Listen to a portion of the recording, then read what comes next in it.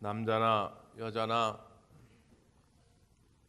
젊거나 나이가 드시거나 잘생겼다 그러면 싫어하는 사람이 없어요. 근데 여러분 기억하십시오. 세상 누가 뭐래도 우리 하나님 보실 때 우리는 제일 잘생겼습니다. 제일 존귀한 가치 있는 존재입니다. 우리가 늘 그 사랑을 확인하며 사는 게 참 중요합니다. 청주에 가면 청석교회라고 있는데 조동식 집사님 대학 교수인데 이분이 그런 재밌는 일화를 남겼죠. 이분이 8남매의 막내인데 큰형님하고는 나이 차가 많이 납니다. 저도 6남매 막내라서 제일 큰형님과 나이 차가 많이 나는데 8남매니까 더 나죠. 그래서 자기가 태어나기도 전에 자기 형님이 결혼을 한 거예요. 그래가지고 신부와 함께 어머니를 뵈러 왔는데 그 집에 아들이 귀한 집이어가지고 어머니가 그럼 잘됐다. 너희들 온 김에 우리 교회 목사님을 찾아가자. 그래서 목사님한테 가가지고 우리 며느라이가 빨리 아들을 또 많이 낳을 수 있도록 기도 좀 해주세요. 그랬다죠. 그래서 목사님이 그 며느리를 붙잡고 하나님 태의 문을 활짝 여셔서 아들을 많이 생산하게 하여 주시옵소서. 근데 이제 갓 시집 온 20대 젊은 신부가 거기서 아멘 하기가 그렇잖아요. 쑥스럽죠. 그래서 조용히 있었는데 옆에서 시어머니가 아멘 그랬다죠. 그래서 1년이 지나고 그 형수는 그 며느리는 애를 못 낳는데 그 옆에서 아멘 했던 시어머니, 그러니까 자기 어머니가 44살에 애를 낳는데 그게 바로 자기들 하는 거예요. 자기. 그때 아멘 안 했으면 자기는 태어나지도 못했을 거라고 말이에요. 이거 우리 한국 교회에 많이 알려진 이야기인데 이 이야기를 정말 우리 삶 속에서 정말 구체적으로 제가 지난 부흥성회 때 또 들었습니다. 우리 강사 목사님을 모시고 부평에 가가지고 식사를 맛있게 하고 왔어요. 우리 성도님들 여러분과 함께 가서 식사를 참 맛있게 하고 강사님을 숙소로 모셔다 드리기 위해서 다시 이쪽으로 오는데 오다 보니까 그 큰 길가에 커피 전문점이 몇 개 있더라고요. 커피 전문점 가운데 저것도 있네? 그렇게 말씀하시더라고. 그래서 언뜻 보니까 이름이 뭐냐면 셀렉토 커피 전문점이에요. 저는 처음 들어봤어요. 근데 젊은 분들은 많이 아시더라고요. 제가 홈페이지도 찾아보니까 전국에 많은 체인을 가지고 있는 커피 전문점이더라고요. 근데 그걸 왜 말씀하시는가 봤더니 그 셀렉토 커피 전문점의 사장님이 바로 옛날 목사님이 계셨던 강서교회 성도예요. 근데 이번 부흥성회 때 참여하신 분들 아시겠지만 그때 이제 그 교회에 계실 때 뭐 땅 사고 그러면서 막 2억 5천도 떼이고 뭐 고생을 많이 하시고 이런 얘기 하셨잖아요.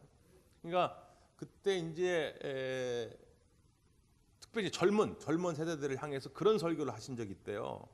여러분, 우리가 단순히 그냥 회사 다니면서 월급 받아가지고는 언제 우리 교회 이거 다 땅 사고 건축하고 빚 갚겠냐고 좀 큰 뜻을 가지고 사업을 크게 누구 좀 해가지고 이걸 빨리 좀 단반에 그냥 좀 갚았으면 좋겠다고 이제 그런 말씀을 전했대요. 근데 이제 목사님이 그 말씀을 전할 때는 마음속에 은근히 염두에 둔 사람이 하나 있는데 연세대학을 나오고 지금 통신회사에 다니고 있는데 그 청년의 아버지가 그렇게 돈이 많대요. 그러니까 이제 이 젊은이도 머리가 똑똑하고 또 그 집도 되게 부자니까 저렇게 그냥 회사 다니면서 월급 받지 말고 좀 어떻게 사업을 크게 했으면 좋겠다. 좀 저 친구가 좀 도전을 좀 받았으면 좋겠다. 그런 마음을 갖고 목사님이 이제 말씀을 전했는데 그 청년은 이런 반구 대답도 없고 얼마 있다가 두 형제가 찾아왔더래요. 두 형제 찾아왔는데 이 두 형제는 그야말로 좀 학벌도 스펙도 좀 별로고 또 가정의 어떤 재정적인 형편도 그야말로 그냥 무일푼에 가깝고 근데 와가지고는 뭐라 그러냐면 목사님 얼마 전에 목사님 설교하실 때 우리가 아멘 했습니다. 우리가 그렇게 될 줄 믿습니다. 그러더라는 거예요. 목사님이 속으로 아무리 봐도 이 형제는 그렇게 할 수 있는 상황이 아닌데, 이 형제 들으라고 한 얘기가 아닌데, 이 와가지고 그러니까 또 그렇다고 야, 그 사실은 내가 저 다른 애한테 한 얘기지 너네한테 한 얘기야. 아니야. 그럴 수가 없잖아요. 그래서 그 믿음이 귀해서 목사님이 그 두 형제를 붙잡고 간절히 축복 기도를 해줬다는 거예요. 믿음대로 되게 해 주시옵소서. 이 청년들이 지금은 가진 것 없지만 그 말씀에 그렇게 아멘하고 꿈을 꿨는데 하나님 꼭 이루게 해 주시옵소서. 그렇게 기도를 했다는 거죠. 근데 이 형제들이 참 열심히 사는데 처음에 이제 PC방을 이렇게 뭐 인테리어 해주고 뭐 컴퓨터 들여주고 자재하고 뭐 그런 거를 이제 하는 일을 맡게 됐대요. 그래서 열심히 했더니 그걸 하나 PC방을 내는데 한 1,000만 원쯤 남더랍니다. 1,000만 원. 그래서 지혜를 얻어가지고 그 돈을 또 종잣돈 삼아가지고 또 다른 PC방을 또 이렇게 영업 오픈하게 해주고, 그러다가 자기들이 이제 그 PC방 체인을 이끄는 사장이 된 거예요. 전국에 PC방 체인을 두게 되고 거기서 또 나아가 사업을 여러 가지를 벌이게 되는데 그 가운데 하나가 이 셀렉토 커피 전문점이라는 거예요. 이 셀렉토 커피 전문점이 지금 장사가 굉장히 잘 된답니다. 젊은이들이 굉장히 많이 온대요. 그래서 이 두 형제가 수백억대 부자가 됐다는 거예요. 근데 이게 얼마 안 된 얘기입니다. 그 목사님이 강서교회에 계신 한 10여 년 전에 부임했는데 얼마 안 된 얘기인데 그때 그 말씀에 아멘하고 받고 몇 년 만에 수백억대 부자가 됐다는 거예요. 야, 그 얘기 들으면서 정말 아멘하면 시어머니의 태도 여시는 하나님, 아멘하면 무일푼을 부자로 만드신 하나님, 야, 그 하나님 정말 대단하시구나 이런 생각이 들었어요. 그러면서 한편으로 부럽더라고. 아니 하나님 왜 그 교회만 그런 사람이 있게 만듭니까? 이번 주에 제가 아멘의 말씀을 전할 테니까 이번 주에도 아멘으로 우리 성도들 받게 하셔서 우리 교회 안에서도 특별히 우리 청년들, 우리 젊은이들 가운데 그런 꿈을 꾸게 하시고 그런 하나님의 복을 누리게 하여 주시옵소서. 그런 마음으로 제가 왔다고. 지금 제발 좀 아멘 좀 하시라고. 나하고는 관계없는 얘기라고. 아유, 저게 꼭 나한테 이루어질까? 저건 옛날 얘기지. 에이, 저건 저 사람 얘기지. 제발 좀 그러지 말고 우리가 아멘 하면서 하나님 말씀을 받자 그 말이지요. 오늘 본문의 말씀은 특별히 아멘에 관한 아주 중요한 구절인데요. 먼저 이제 본문의 이야기를 잠깐 하면 왜 이 말씀을 사도 바울이 하게 됐냐면 오해가 하나 생겼어요. 어떤 오해냐면 바울이 고린도 교회에 원래 2번 정도 가기를 계획했습니다. 마게도냐로 전도여행을 가기 전에 마게도냐로 가다가 한번 들르고 또 마게도냐에서 전도하고 돌아오는 길에 또 들리고 그렇게 고린도 교회 성도들이 얘기했는데 그 계획대로 안 됐어요. 일정에 차질이 생긴 거지요. 그랬더니 그 고린도 교회 안에 거짓 선지자들이 있었거든요. 사도 바울의 적대자들이 있었습니다. 바울이 씨를 뿌려가지고 고린도 교회를 세웠는데 그 고린도 교회에 그냥 무임승차해가지고 고린도 교회를 자기들 것으로 만들려는 이 거짓 선지자들이 있었단 말이죠. 그러니까 그들이 기회를 잡은 거예요. 야, 거봐라, 바울은 거짓말쟁이다. 바울은 성실한 사람이 아니다. 그럴 줄 알았어. 너네들 바울을 따르지 말고 우리를 따르라. 그래서 교인들을 이간질 시키는 거죠. 그래서 바울이 안타까운 마음으로 오늘 본문의 말씀을 쓰면서 일단 자기 나름의 변호를 이제 하는 거예요. 자, 뭐라고 이야기를 하냐면 17절 18절 한번 보세요. 17절 18절 시작.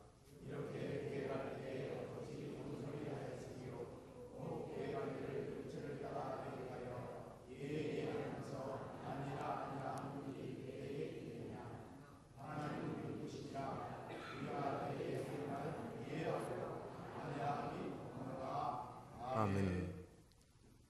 내가 이렇게 그러니까 이렇게 원래 계획이 변경된 것이 경솔히 내가 했겠느냐?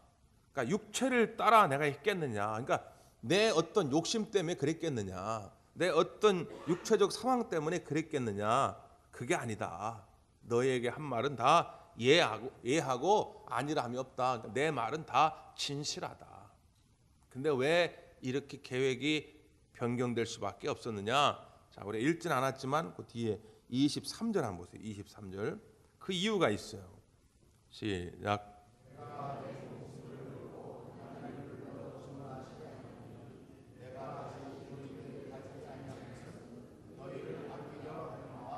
아멘. 그 이유가 뭐라고요? 너희를 아끼려 함이다. 자, 무슨 얘기냐면 그 배경을 좀 아셔야 되는데, 고린도 교회는 사도 바울이 눈물로 복음의 씨를 뿌려서 세운 그런 교회지요. 그런데 이제 바울이 늘 머물러 있을 수가 없고 전도 여행으로 여기저기를 다니니까 바울이 없는 사이에 고린도 교회에 문제들이 생겼어요. 아까 말한 것처럼 거짓 선자들이 들어와 가지고 이단 사상을 뿌리기도 하고, 또 이제 고린도 지역이 상업 지역입니다.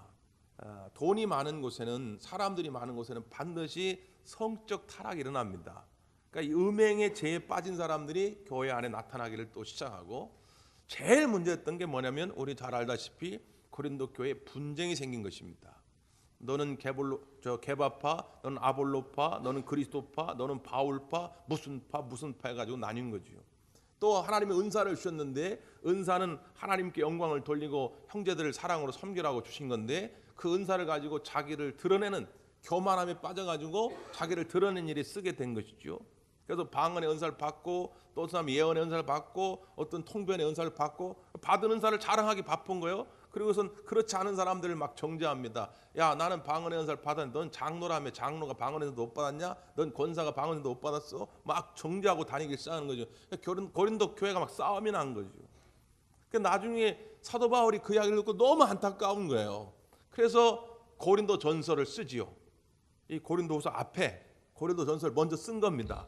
고린도 전서의 결론이 뭐예요? 믿음, 소망, 사랑, 이 세 가지는 항상 있을 것인데, 그 중에 제일은 뭐라? 사랑이라. 사랑. 사랑이 없으면 아무것도 아니다. 니네들이 별 예언의 은사를 다 하고 방언의 은사를 하고 신의 은사를 다 한다 할지라도 사랑이 없이 하는 건 아무것도 아니다. 사랑이 최고다. 그 편지를 썼어요. 그런데 편지가 도착하고 시간이 지난데도 그들에게 큰 변화가 없는 거죠. 너무 안타까운 거예요. 원래 약속한 날짜는 다가오고, 만약에 원래 약속한 날짜에 바울이 가게 되면 성도들과 마찰을 일으킬 것이 뻔한 거예요. 그렇잖아요. 예를 들어서 뭐 3년 전에 전도해가지고 교회를 들어오고 집사님 직분 주고 그랬단 말이에요. 그 뻔히 아는 집사님. 근데 3년에 와봤더니 그 착했던 집사님이 완전히 그 분쟁의 앞잡이가 돼가지고 다른 사람 비방하고 전쟁하고 무슨 파니 나는 무슨 파다 너는 왜 아니냐 이러고 돌아다닌다고 보십시오. 그 사도 바울의 마음이 어떻겠어요? 그러니까 그를 책망할 수밖에 없고 그와 이 감정이 상할 수밖에 없는 거예요. 그게 이제 고린도서 2장을 쭉 읽어가다 보면 그런 얘기가 나옵니다. 근심하게 하는 자들이 거기 아직 있다는 거예요. 그래서 바울은 그들을 스스로 깨닫고 회개하기를 바랬던 거예요. 그래서 시간을 좀 주기를 원했던 거예요. 그래서 고린도전서, 고린도후서 사이에 또 다른 편지를 보냈을 거라고 성서학자들이 말합니다. 눈물의 편지. 물론 그 자료가 지금 남아있지는 않지만 고린도전서를 보내고도 그들이 변화되지 않아서 또다시 눈물로 너희들 이렇게 하면 안 된다. 신앙생활 이렇게 하면 안 돼. 아무리 잘난 것이 있어도 사랑이 없으면 아무것도 아니야. 차라리 은사를 안 받는 한이 있더라도 너희들이 사랑해야 돼. 하나가 돼야 돼. 이 눈물의 편지를 보냈을 것이다. 그러면서 시간을 기다린 거예요. 여기 주님의 마음이 있어요. 이 목회자의 마음이 있는 거예요. 예수님이 왜 지금 당장 재림 안 하시고 더디 오시는지 아십니까? 이 부정의하고 불공평하고 이 부조리한 세상 빨리 오셔가지고 이제 끝! 이제 구원받은 자는 다 천국 가고 저렇게 아주 그냥 못된 처먹은 인간들은 다 지옥 끝! 그랬으면 좋겠는데 왜 예수님이 지금도 오시지 아니하느냐? 기다려 주신단 말이에요. 하나님 지금 오시면 죽을 영혼이 너무 많으니까 하나님이 오늘도 기다리시면서 구원받을 영혼을 찾고 계신 줄 믿습니다. 그 주님의 마음. 이게 사도 바울의 마음이었던 거죠. 그런데 고린도 교회 성도는 그걸 잘 이해 못한 거예요. 자, 그 마음을 전하면서 아주 중요한 이야기를 합니다. 그게 19절의 말씀인데요. 19절 한번 보시죠.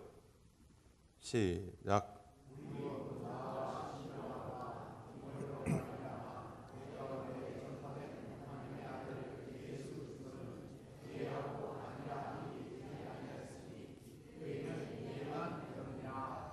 아멘.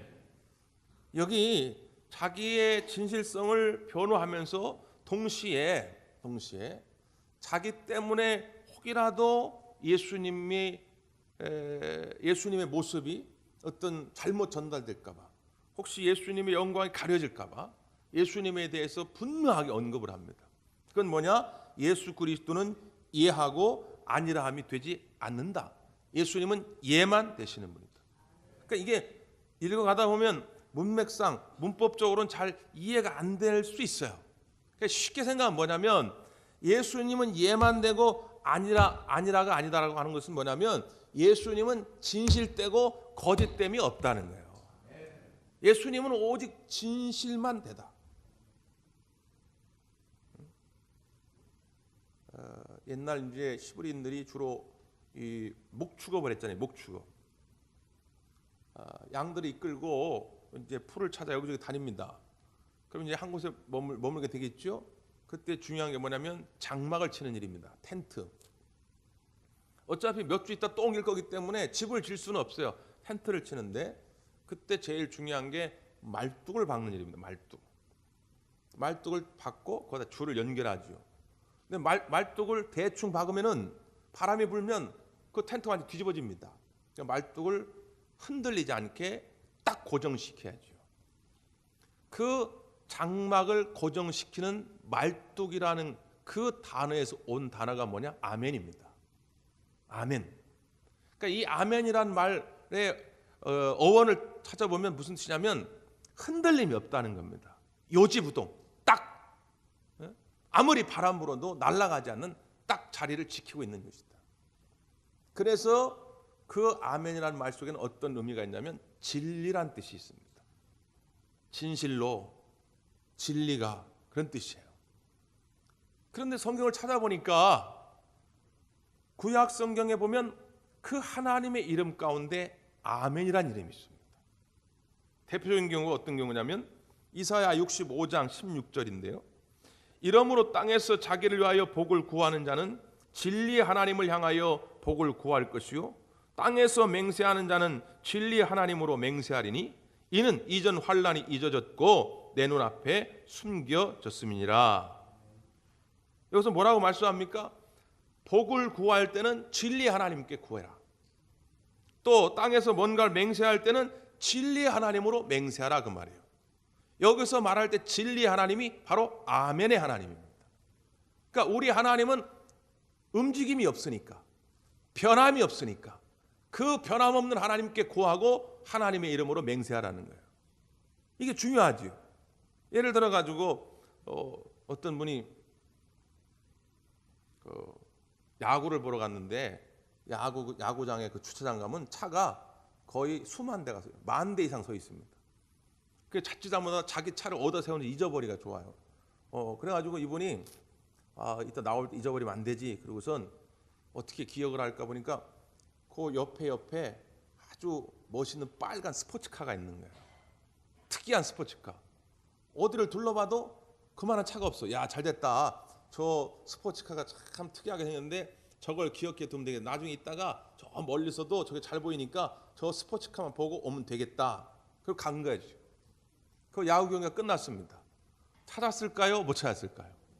못 찾지. 걔는 먼저 가버렸지. 에? 찾을 수가 있습니까? 그래서 경기장을 가든 마트를 가든 항상 뭘 보고 자기 차 자리를 기억해야 돼요? 기둥. 기둥에 보면 다 고양이 그림 있고 사자 그림 있고 번호 있죠. 왜 기둥에다가 그 번호를 적어놔요? 기둥은 움직이지 않으니까. 그게 진리란 말이에요. 우리 하나님은 진리가 되신다는 건 하나님은 변함이 없다. 사람에 따라, 상황에 따라, 시대에 따라 변하고 흔들리는 그런 분이 아니라 언제나 하나님은 딱 자기 자리에 머무시는 분이다.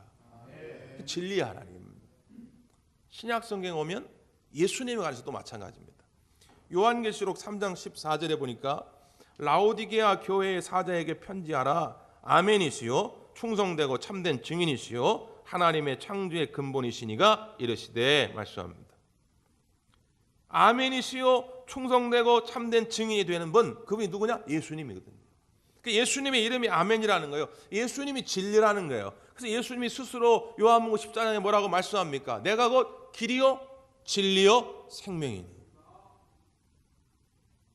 하나님이 진리 아멘이시고 예수님이 곧 진리 아멘이시다 그 말이죠. 옛날 한옥집을 지을 때 제일 중요한 작업이 뭐냐면 주춧돌에다가 기둥을 맞추는 일입니다. 요즘은 기초 주춧돌을 놓을 때 콘크리트 갖다 막 붓죠. 레미콘 차와가지고 막 붓습니다. 우리 지금 예배당도 이 밑에 1m가 넘는 콘크리트가 있어요. 거기다 기둥을 세운 거거든요. 근데 옛날에 그런 기술이 없잖아요. 그러니까 뒷산에 올라가가지고 큰 돌멩이들을 주워옵니다. 근데 큰 돌멩이를 주워오는데 이게 판판하지가 않잖아요. 판판하지가 않아. 울퉁불퉁하죠. 기울어져 있고. 근데 그걸 깎아낼 기술이 당시에는 없는 거죠. 그러니까 돌을 깎아낼 수는 없고 기둥을 세워가지고 그 나무의 밑을 돌에 맞춰 깎습니다. 이걸 뭐라고 하느냐? 이걸 그랭이질이라고 그래요. 그랭이질. 그래서 그랭이질을 잘하는 목수가 최고의 목수입니다. 그 주춧돌에 딱 맞게 이걸 깎아야 되니까. 만약에 이거를 대충 깎아놓으면 처음에는 그냥 서 있지만 바람이 불면 기둥이 무너져 내리죠. 우리의 인생도 마찬가지라 그 말이죠. 언제나 변함없이 그 자리에 계신 우리의 반석이 되신 예수님께 우리를 맞춰가는 겁니다. 그랭이질을 하는 거지요. 나의 모난 부분을 깎아가는 것입니다. 이게 신앙생활이에요. 근데 어떤 분은 오해합니다. 자기한테 예수님을 맞춰가는 게 신앙생활로 착각해요. 그래서 자기한테 예수님이 맞춰지지 않으면 낙심합니다. 예수님 그럴 수 있어요? 왜 내 기도 들어주지 않아요? 왜 내 뜻대로 안 돼요? 왜 내 계획대로 안 돼요? 예수님 저 사람만 왜 축복해 주세요? 왜 나는 이 모양 이 꼴이에요? 예수님을 자기 기준에 맞추고 내 기준에 안 맞으면 낙심하고. 그게 신앙생활이 아니죠. 예수님께 나를 맞춰가는 겁니다. 예수님께 나를 맞춰가면 연말쯤 되면 모든 게 다 감격스러워지죠. 오늘 호산나 찬양대를 보면서 은혜를 많이 받았습니다. 노래를 잘해서 은혜를 받았다기보다 5줄 오랜만에 봅니다. 5줄. 우리가 흔히 그런 말 하잖아요. 마지막에 좋아야 다 좋은 거라고. 연말 되니까 이 5줄 채우니까 얼마나 좋아요. 5줄. 응? 여러분 생각해 보세요. 연말쯤 되면 1년 동안 어쨌든 또 나를 깎아서 예수님께 맞췄잖아요. 그러니까 연초보다 더 좋아지지 않았습니까? 내가 예수님 마음 더 닮아가고 예수님 성품 닮아가고 난 기분 좋네. 나는 이제 예수님처럼 살아야지. 올해는 내가 하나만 사역했는데 내년엔 2개 해야지. 올해는 2개 했는데 내년엔 4개 해야지. 올해는 5개 했는데 내년엔 10개 해야지. 아멘 한 사람 없는. 그렇게 돼야 이게 자연스러운 거 아니에요? 지금 이야기가. 예수님께 나를 맞춰간다면. 그런데 예수님께 나를 맞추는 게 아니라 나한테 예수님을 맞추니까 또 연말에 오니까 난 또 힘들어서 못해. 난 시간이 없어서 못해. 난 재능이 없어서 못해. 또 나한테 맞추 또. 그러니까 2개 하던 거 하나로 줄여 하나 하던 거 그나마 없애. 이게 뭔가 좀 부자연스럽지 않습니까? 여러분 다시 일어나시길 바랍니다. 사역자 여러분 힘들지요. 지난 부흥성회 때 제 마음에 참 울림이 되었던 말씀. 주님의 일꾼들은 몸은 힘들 수밖에 없다. 근데 주님께서 내 멍에를 매라고 하는 건 뭐냐? 주님이 탁월한 목수셔가지고 나한테 제일 잘 맞는 멍에를 만들어 주신다는 거죠. 그 멍에를 맬 때야 비로소 뭐가 온다고요? 쉼이 온다. 평안이 온다. 몸은 피곤하지만 내 마음엔 쉼이 오고 내 영혼에는 기쁨이 찾아온다는 겁니다. 다시 일어나시길 바라고 내년에 더 사역이 넘쳐나기를 바랍니다. 자, 더 나아가서 20절 말씀 가운데는 또 이런 말씀을 합니다. 20절 시작.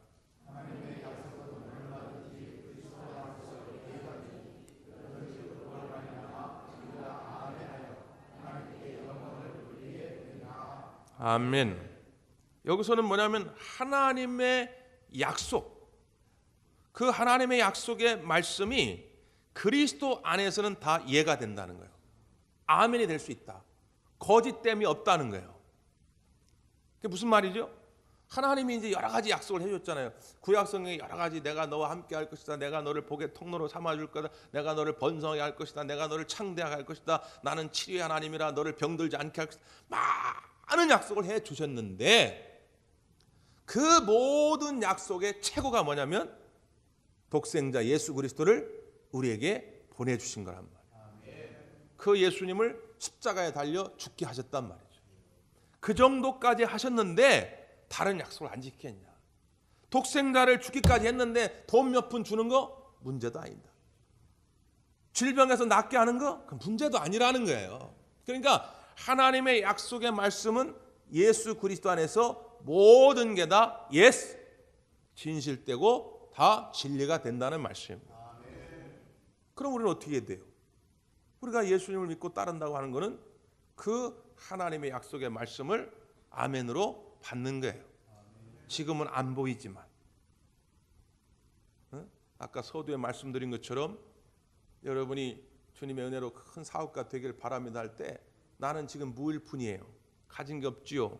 내 눈에 지금 보이지 않습니다. 그럼에도 불구하고 믿음의 눈으로 아멘 하는 것이죠. 그게 말씀 앞에 우리가 순종할 수 있는 거예요.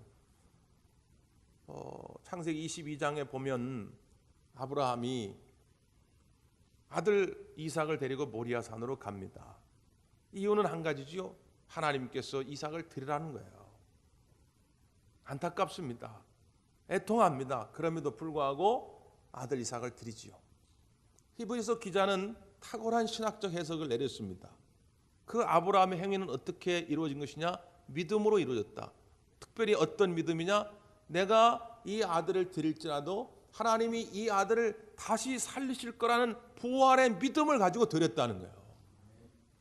그러니까 그 믿음의 눈으로 부활하게 하는 그 하나님을 바라보지 못하면 순종할 수가 없지요. 그러니까 순종한다고 하는 것은 그 믿음이 있어야 가능한 거예요. 또 믿음이 있으면 당연히 순종하게 돼요. 그래서 믿음 더하기 순종은 기적입니다. 믿음만 있고 순종이 없으면 기적이 일어나질 않아요. 오늘 하나님 말씀이 들려질 때마다 믿음으로 받아들이고 순종하십시오. 그럼 기적이 일어납니다. 특별히 20절 이 후반부에 뭐라고 말씀합니까? 아멘하여 하나님께 영광을 돌리게 됩니다. 아멘만 잘해도 하나님께 영광이 된다 그 말이에요. 집사님 내일 저녁 6시까지 교회로 오세요. 제가 한우갈비 사드릴게. 에이 목사님 돈도 없으면서 뻥치지 마세요. 아유 집사님 거짓말 아니에요. 내가 지금 진짜로 돈 준비해놨으니까 집사님 6시까지 오세요. 제가 한우갈비 사드릴게. 에이 목사님 눈빛을 보니까 거짓말장이 같은데. 그러면 이건 상대에 대한 인격 모독입니다. 굉장히 불쾌하지요. 그러면 이거 간도. 그건 먹히면 간도 줘. 참 사드리려고 했더니 나 다른 집사님하고 먹으러 갈 테니까 간도 줘. 그렇게 못 믿으면 간도. 이렇게 되는 거예요. 하나님 앞에서 그 약속의 말씀을 붙잡고 아멘 한다는 건 하나님을 신뢰해 드리는 거란 말이죠. 하나님을 존중해 드리는 거예요. 하나님 맞습니다. 지금 나는 무일푼이지만 나는 불가능하지만 하나님은 전능하신 분이기 때문에 나는 그렇게 될 줄 믿습니다. 하나님을 존경해 드릴 때 하나님이 기뻐하신단 말이에요. 하나님 영광을 받으신단 말이죠. 그래 알았다. 내가 내 마음 안다. 알았다. 내 약속한 대로 부어주마. 이렇게 된단 말이죠. 아멘만 잘해도 하나님께 영광이 되고 아멘만 잘해도 내게 복이 임한다는데 왜 이렇게 그걸 못하고 있냐. 그래가지고 옛날 80년대 부흥 강사들이 하는 게 맞는 거예요. 오른손 들어 아멘, 왼손 들어 아멘, 두 손 들어 아멘 막. 이게 자꾸 훈련을 시키는 게 왜 시키는 거냐? 그렇게 해야 하나님의 복을 받을 수 있으니까. 이 아멘의 믿음, 이 아멘의 신앙이 다시 살아나서 우리의 사역도 기쁨이 충만해지기를 바라고 여러분이 하는 일 가운데도 주님의 복이 임하기를 바랍니다. 기도하겠습니다.